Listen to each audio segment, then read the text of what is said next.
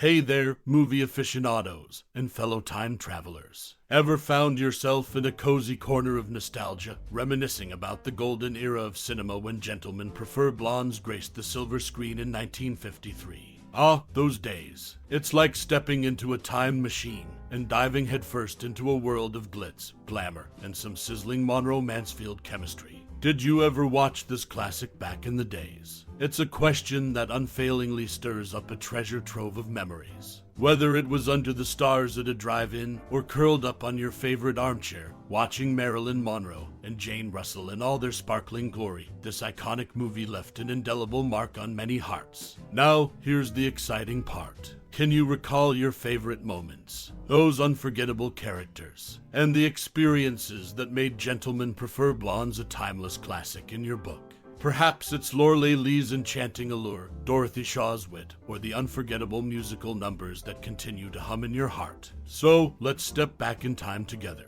Share your precious memories of this cinematic gem. Dust off those recollections and bring them to life in the comments below.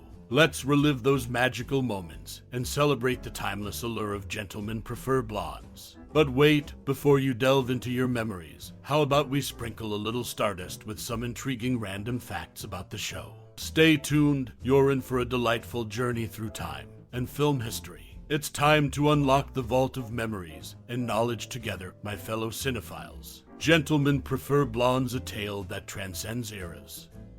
In her very last interview, Marilyn Monroe recalled the lack of respect studio execs had for her, but made a point of mentioning co-star Jane Russell. I remember when I got the part in Gentlemen Prefer Blondes. Jane Russell, she was the brunette in it, and I was the blonde. She got $200,000 for it, and I got my $500 a week, but that to me was, considerable. She, by the way, was quite wonderful to me. Monroe's words highlight the pay disparity between her and co-star Jane Russell in the 1953 film.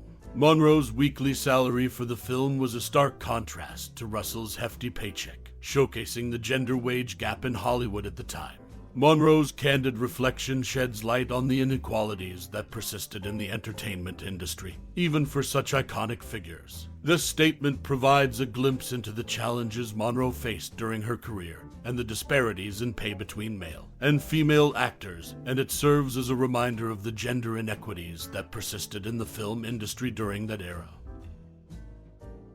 In the 1953 movie Gentlemen Prefer Blondes, there's an intriguing tale about a deleted song. Down Boy, written by Hoagy Carmichael and Harold Adamson, was meant to be performed by Marilyn Monroe and Charles Coburn during a cocktail party scene. However, the song was ultimately cut from the film and later reused for Betty Grable in 3 for the show in 1955.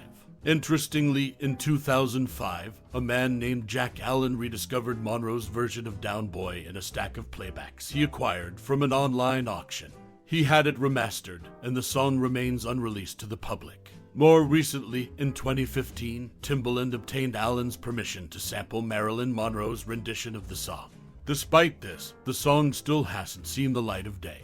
It's a fascinating piece of movie history showcasing the dynamic world of film production, song recycling, and the enduring allure of Marilyn Monroe's voice. Down Boy continues to be a hidden gem in the treasure trove of cinematic history. This is an interesting glimpse into the behind-the-scenes world of Gentlemen Prefer Blondes and the unique fate of a song recorded by the iconic Marilyn Monroe. The story of Down Boy adds to the mystique surrounding the film and its legendary star. So, if you've ever wondered about this lost gem, you're not alone. In 1953, the iconic movie Gentlemen Prefer Blondes brought laughter and glamour to the silver screen. While there are many fascinating aspects of this film, one particular behind-the-scenes story stands out. According to Marnie Nixon, the studio initially considered dubbing Marilyn Monroe's entire voice because they believed her voice was too silly for the film. However, Nixon thought this idea was awful. She believed that Monroe's distinctive voice perfectly suited her on-screen persona. In the end, Nixon only dubbed the operatic no, nos at the start of the song, and the phrase "these rocks don't lose their shape." This decision allowed Monroe's unique voice to shine through, contributing to the film's enduring charm. This revelation from Marnie Nixon, a respected voice dubbing artist, sheds light on the studio's initial uncertainty about Marilyn Monroe's voice and the compromise reached to preserve her signature sound. It also underscores the importance of Monroe's voice in defining her character and the overall success of Gentlemen Prefer Blondes. In the world of classic cinema, it's these behind-the-scenes stories that add depth to our understanding of beloved films like Gentlemen Prefer Blondes. They highlight the artistic choices and creative collaborations that shaped cinematic history. So, next time you watch this timeless classic, you can appreciate the fact that Monroe's voice, with a little help from Marnie Nixon, became an integral part of the film's enduring legacy. In 1953, the movie Gentlemen Prefer Blondes achieved immense success, and there's an interesting story behind it. During a story conference for the film, director Howard Hawks suggested changing Marilyn Monroe's look and screen persona to make her more of an actress and less of a blonde bombshell type. The results of this decision turned Marilyn into a massive film star in the 1950s and early 1960s. This makeover wasn't the only thing contributing to the film's success. Much credit goes to Howard Hawks for his distinctive sense of humor and Charles Lederer for his sharp and witty screenplay. Lederer wisely adapted the script to the strengths of the cast, especially Jane Russell and Marilyn Monroe. He also reimagined a character, Henry Spofford III, transforming him from a love interest into an 8-year-old boy played by George Winslow. The film's story was inspired by an ocean voyage to Europe that Anita Loos took, possibly during the 1924 Olympiad. However, the film firmly belongs to the 1950s. In the end, Gentlemen Prefer Blondes wasn't just about blondes, but the talent of its cast and the vision of its director. It's a classic that continues to be celebrated today. In 1953, the movie Gentlemen Prefer Blondes underwent a significant change. The famous musical number Diamonds Are a Girl's Best Friend was reshot in CinemaScope, a widescreen format. This new version was created for a CinemaScope demonstration held on the Fox lot in March 1953. According to producer Daryl F. Zanuck, this reshoot only took 3 minutes when divided by 2 hours, a stark contrast to the original version, which had taken 4 days to film. However, it wasn't until 10 years later that the public got to see the CinemaScope version when it closed Fox's documentary tribute to Marilyn Monroe titled Marilyn in 1963.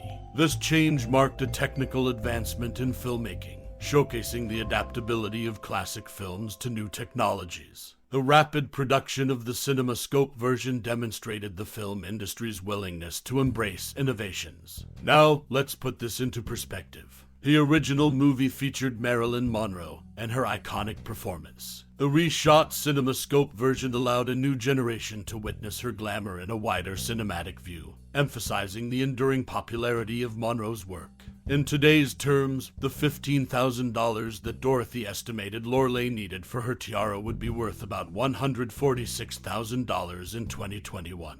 This staggering figure showcases the film's portrayal of luxury and the evolving value of money over time. In conclusion, the reshooting of Diamonds Are a Girl's Best Friend in CinemaScope and the adjusted estimate for Lorelei's tiara expense add layers to the timeless classic. Gentlemen Prefer Blondes, keeping it relevant and intriguing even today. As the curtain falls on our journey through the dazzling world of the 1953 classic, Gentlemen Prefer Blondes, I invite you to take a moment to reflect on the profound connection this timeless film has forged within you. Marilyn Monroe and Jane Russell, the iconic duo, captivated us with their charm, wit, and unforgettable performances. The glitz and glamour of the era, the humor and heart, and the indomitable spirit of Lorelei and Dorothy Shaw continue to resonate through the ages. Have you ever found yourself entranced by the allure of Marilyn's portrayal of the blonde bombshell?